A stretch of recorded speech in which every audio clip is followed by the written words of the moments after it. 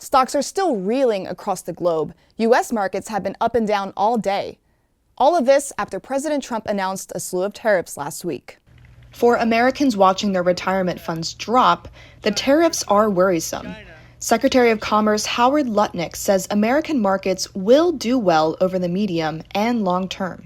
Many foreign-produced goods like cars could soon see price increases despite President Trump telling automakers not to pass on the rising costs of car parts. And President Trump has already started negotiations with leaders around the world. And those tariffs have come in and every country's called us.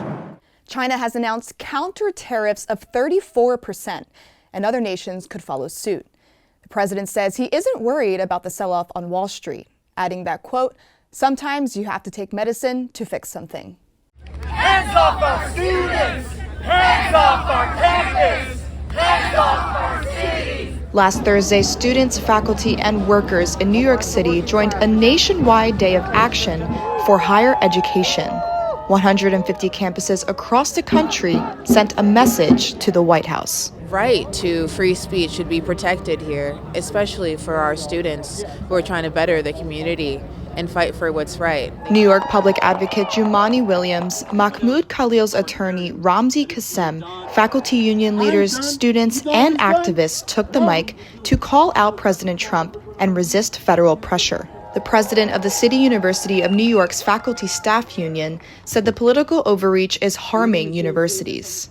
When dissident voices on our campuses are suppressed, when protesters are abducted off our very streets into deportation proceedings without due process, that creates fear, that creates a chilling effect. It is designed to instill fear, and that deprives our students of their right to learn. Recently, the Trump administration told Harvard it's reviewing $9 billion in federal contracts and grants if the school doesn't do more to address anti-Semitism.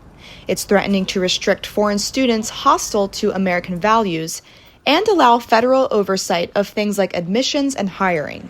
At Columbia, a consent decree is under discussion, and nearly 1,500 students or recent graduates across the U.S. have had their visas revoked. It's terrifying that it seems like a student has been abducted for writing an essay that would receive a good grade in my class. Schools all over the nation have been protesting today in support of higher education. In New York City, faculty unions, students, educators have come together and taken part in action throughout most of the day. The action started in Washington Square Park this afternoon with a flash mob. From there, everyone marched down to Foley Square Park, where we are right now. And as you can see behind me, everyone's gathered for a rally. And essentially what they're doing is standing up for academic freedom and the protection of international students and faculty. Reporting from Columbia, Augostina Mallous, CJS News. Big news in New York City politics. Mayor Eric Adams is facing federal corruption charges, but will remain in office for now. Governor Hochul wants to make it harder to wear masks at protests. The idea is sparking considerable debate.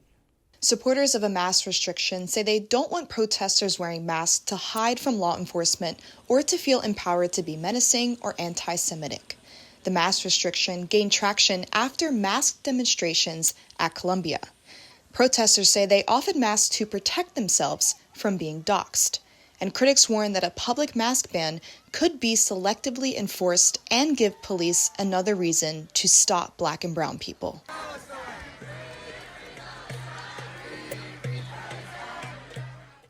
Lawmakers in Albany are debating the proposal this week. Under Hochul's plan, protesters would be allowed to mask up for medical, religious, and weather-related reasons.